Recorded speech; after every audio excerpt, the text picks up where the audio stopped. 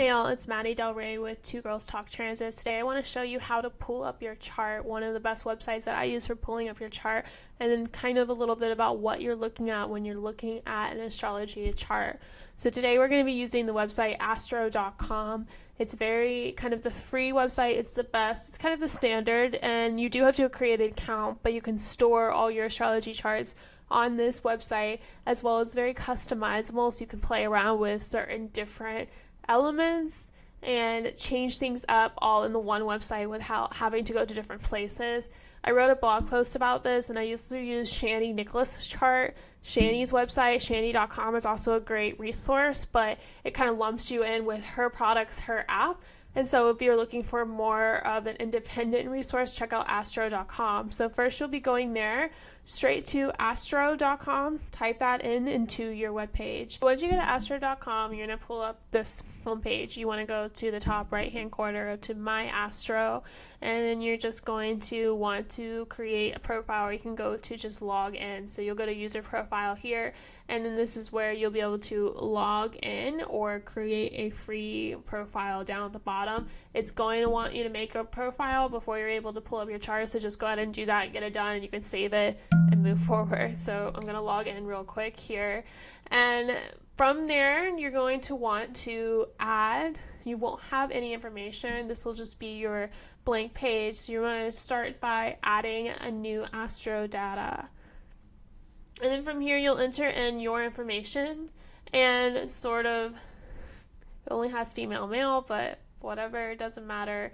That's not relevant, and you don't need their interpretations. You do need your birthday and also your exact birth time. And that part is important because without your birth time, you're missing a big chunk of what astrology has to offer. And so if you don't know your birth time and that's something you want to learn more about, that will be a separate video. We'll talk about chart rectification. But for right now, try to give a good estimate. Even if you don't know, you can at least start to see kind of where the planets are at. And then you'll start looking at your hometown. And I was born in a little Oakland, Maryland. There's so many options here. That's close enough. That's not the right one, but continue from here. And then you'll just click on that profile that now populates here at the bottom, and you'll get to this next page. All you want to do is click on extended chart selection. And then we're going to make a couple adjustments. So I already have mine saved, but the main thing is that you want to change the house system. If you're listening to us in our work, you know we follow Hellenistic astrology, so we use whole sign housism. The default will usually be Placidius. And you can see there's also all these other house systems that are available, but one that you want to make sure that you're using is whole sign. It's not necessarily the easiest. I mean, it is the easiest, but it's the one that follows our philosophy and with the theme of Mundi and everything else. So that's what we use for our charts and our videos, is whole sign. And then down here, you can play around with different things. I like to have the true node as a calculation. There's a slight difference between the true and mean node. You may want to see the descending node on there. And then you also have other options if you want decans, terms. Those are all additional things. So I usually like to have Egyptian terms is another word for bounds. We use bounds a lot in ours. And then you can also have aspect lines. So I usually just do no aspect lines because it does a lot of extra information, and if you're not used to looking at that, but I'll just go ahead and show it to all objects right now so you can kind of see what that looks like. And then from there, you'll leave most of this alone. There's also the option to add in additional placements. So like Pars Fortunae is just the part of fortune. That's usually pretty helpful. There's also all the asteroids Chiron, and you can select multiples of those. There's additional asteroids. Astro.com is cool because it also has every single asteroid in the entire world. that has ever been found. And you can go through, if you follow Demetria George and her love of asteroids, there's a little bit of work there. You can go through and select and play around with different asteroids in your chart. But for this presentation, we're going to ignore those. We're just going to focus on Heart of Fortune and Chiron right now. And then from there, you'll just hit show the chart. And you'll get something like this. You can also make it bigger, expand it, and open it up. And this is sort of your chart. The first things you want to be aware of is, where does the AC point fall? This is your rising sign or ascendant. So this is where the horizon was when you were born. You can see it kind of draws a slight dotted line across the chart. So this is straight up the horizon. So when I was born, Saturn was only visible in the sky. And all the other planets were beneath the horizon or invisible in the current sky. And that's a big piece of just good information. It also is one of the key points in terms of if you're born and it is a day or night chart. So clearly you will find the sun here. This is the sun. It's below that horizon line. And so this tells me that I was born at night. Obviously I know that I was born at 2:19 a.m. So it's very midnight, after midnight. But some of you, if you were born at sunset or sunrise, your sun, which is the circle point here, will be either near the AC or near the DC. That's not labeled, but it's this line right here. And then you can look and see if the sun is above the AES, the AAC, or the DC, then you know you were born during technically a day chart. And if you were born below, then you know that it's technically a night chart. And that can be helpful differentiations if you haven't quite ironed that out yet. If you were born at sunrise, sometimes there can be different points of interest. You can see here on the outside are all the signs. So you will need to be familiar with the sign glyphs and what they are. But generally you know your sun sign, and so you would look to see your sun here.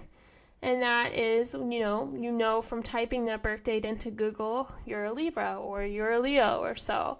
And then you can also see these are all the other planets, and they're all around your chart. And so this is what we mean when you have all 12 signs in your chart. You can see this entire chart is me. They are represented by, in the middle, these houses. They're broken up into 12 houses. Whole sign system literally means one sign is equal to one house. So wherever my rising sign is, that entire sign becomes my first house, and then they're broken up in zodiacal order to continue the breakup. So even though I don't have any planets in Gemini or Taurus, those areas are still ruled by a house, and that house is an area of my life. And so that sign is still prevalent and still defines that area of my life. So I see that being one of the biggest misconceptions, is that, oh, I'm just this, or I am just this sign, I am just this energy. You do have all 12 signs in your chart. Just because there's no planets in that sign doesn't mean that that sign isn't ruling something or acting as an important signature in an area of your life. So you see though, here, this is the sun, this is Chiron, the key-shaped planet. Venus is the woman's symbol, Venus. Mercury is Venus with a little top hat. If you can kind of zoom in, you can see there's a little R symbol next to Mercury. This means I was born during a Mercury retrograde, and so that's kind of common. About 25% of all charts have that as well, and that would be something to note. If those of you who were born under a Mercury retrograde or during a Mars retrograde or a Venus retrograde, Saturn and Jupiter tend to go retrograde for about 6 months of the year, so they are more common and more prevalent. I was born during a Saturn retrograde. But the more personal planets, we would say Venus, Mercury, or Mars, them retrograde, are kind of interesting and significant. And because we have just finished up a Mars retrograde and we're now in a Venus retrograde, you may notice that your experience with the retrograde is different, and it's maybe helpful because the energies are now aligned with the energies of your birth chart instead. you're more familiar and you're more comfortable with it. The moon, here is the moon symbol. Here is the node. This is the north node, the one that's facing down. And then up here at the top is the south node, the one that's facing up, the horseshoe symbols. This is Mars, the male symbol. Pluto, this is the older glyph for Pluto, but the P, that's that Pluto symbol. And then Jupiter is almost the 4 shape. Neptune here is the trident, represented like the sea god. And then Uranus here kind of looks like a spaceship, sort of.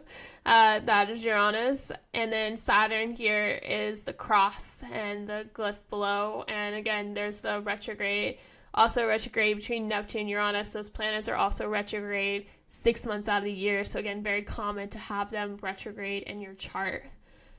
The MC point, this is your midheaven. This is your highest point in the chart. So at the time this chart was made, the highest point in the sky, the point that was like the peak accumulation, would be the midheaven, and this one's here.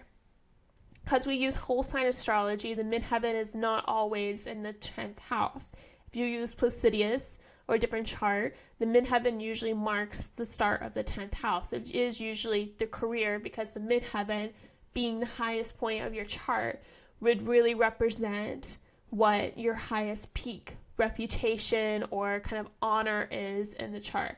And so that is where the midheaven is. But if you use whole sign, then not only is the 10th house sort of your career and reputation, the midheaven can also float between the 9th or the 11th in extreme scenarios, like extreme latitudes or very high up north or south.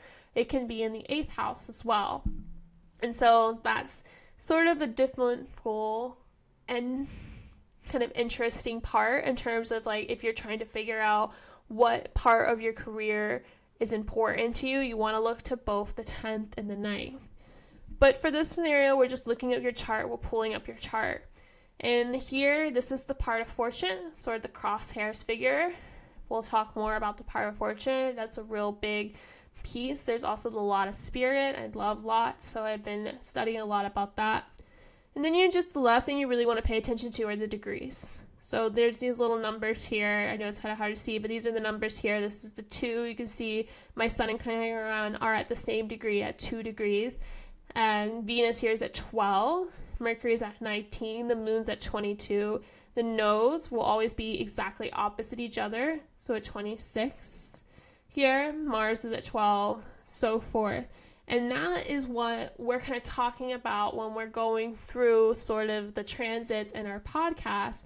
You know, we do have Venus and Mercury kind of retrograding over the first 9 degrees of Aries. So I know that they are going to interact with my sun because my sun's at 2 degrees and my Chiron is at 2 degrees. So they are definitely interacting with that space. So there's something to kind of keep in mind. You want to have your chart pulled up, and then you can start to note what kind of planets are getting lit up by transits.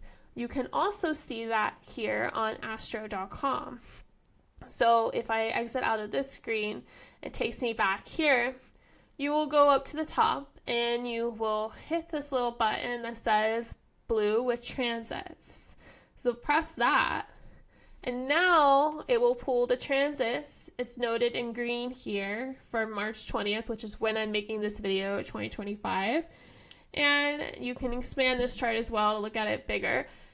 On the outer ring now are where all the planets are currently. So you can kind of reflect on where they're at and how they're interacting with the planets in your chart. And this is a big piece of transiting predictive astrology.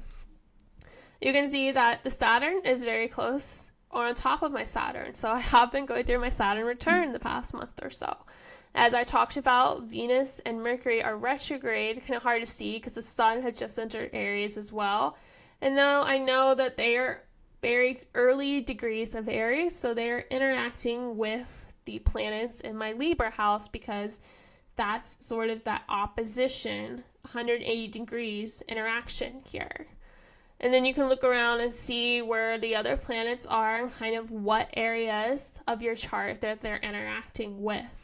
and that will help you kind of get a visual understanding of what parts of your chart are being lit up. And that's what we mean when we're going through these transits. Hey, if you have some energy in Aries, or if you have some energy in Libra or Capricorn or Cancer, you know, maybe you'll feel this more. Or if you have this Pisces energy coming up, you'll be noticing that more in Pisces. So this is the big part of just being able to visualize and get comfortable with looking at this chart. Now, there's so much more to this. There's so much more to break down. We could talk all about what the planets mean, what the houses mean, what aspects are, what these red lines mean, you know, what these aspects are, and how they interact. But for the most part, you just want to start getting familiar about, hey, I do have planets there. That means this transit's going to be more important.